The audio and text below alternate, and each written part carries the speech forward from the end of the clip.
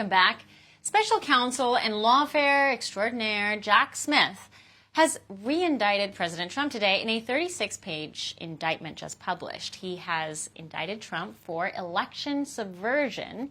Earlier this month, Smith requested an extension to plot how to move his own case forward and has ruled against the idea of a mini trial for Trump. Remember, he's had to do this because of this monumental ruling out of the Supreme Court. But at the same time, New York Supreme Court Judge Juan Merchan is floating the idea of delaying Trump's sentencing for the hush money trial.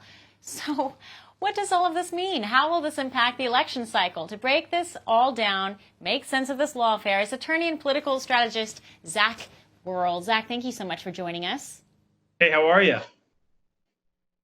Oh, well, I'm a little bit going through a whirlwind because we're trying to track all these different efforts against Trump.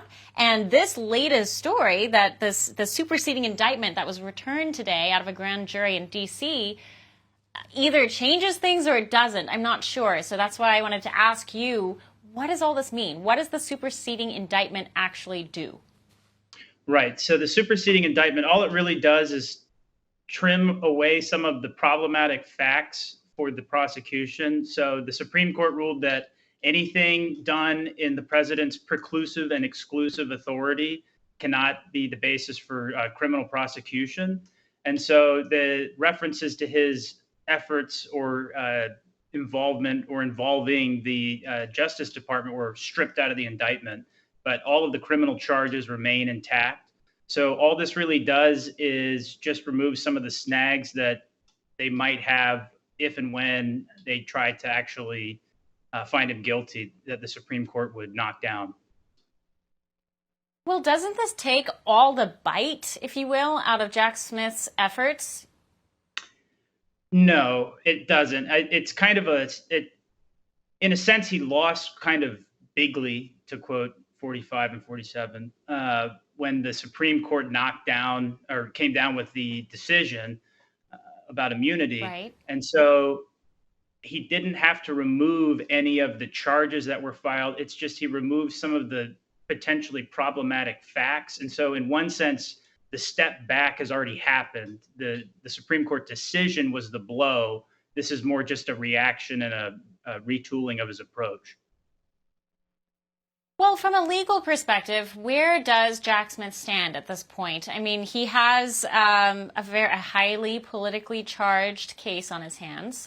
He's got a lot of pressure on the left, I'm sure, to try and keep going with this. But he's clearly running into some strategic issues, not just from a legal standpoint, but also from a publicity standpoint.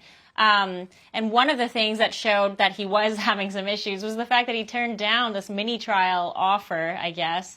What does that actually mean? What does he mean? Why do you think he turned it down? To be honest with you, I don't know the facts of that, and I don't want to opine on things that I'm ignorant about, but I can speak broadly to his overall efforts here. First, the judge has thrown out the documents case on the grounds, on a constitutional technicality. It's a novel legal argument, and a lot of people might say that it's wrong, but that's just a guess. There's no actual case law in the matter. So right now, as it stands, the document case is out.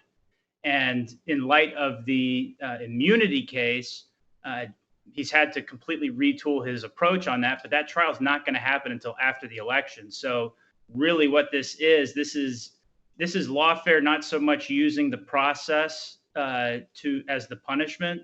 This is more of a continued effort to get him, even though kind of the writing's on the wall on both of these indictments. There's no way he's going to go to trial on the documents case, and there's no way he's going to go to trial on this election subversion or whatever they're calling it case. For all our viewers asking where One America News is heading in the future, we would like to introduce you to OAN Live. OAN Live is the best way to stay up to date on all of the hard-hitting, straight-shooting, national and international headlines. And the best part is, OAN Live is only $4.99 per month. All the credible, honest, unbiased reporting One America News offers at a fraction of the cost of cable. Just go to OANN.com to easily sign up for OAN Live and stay informed.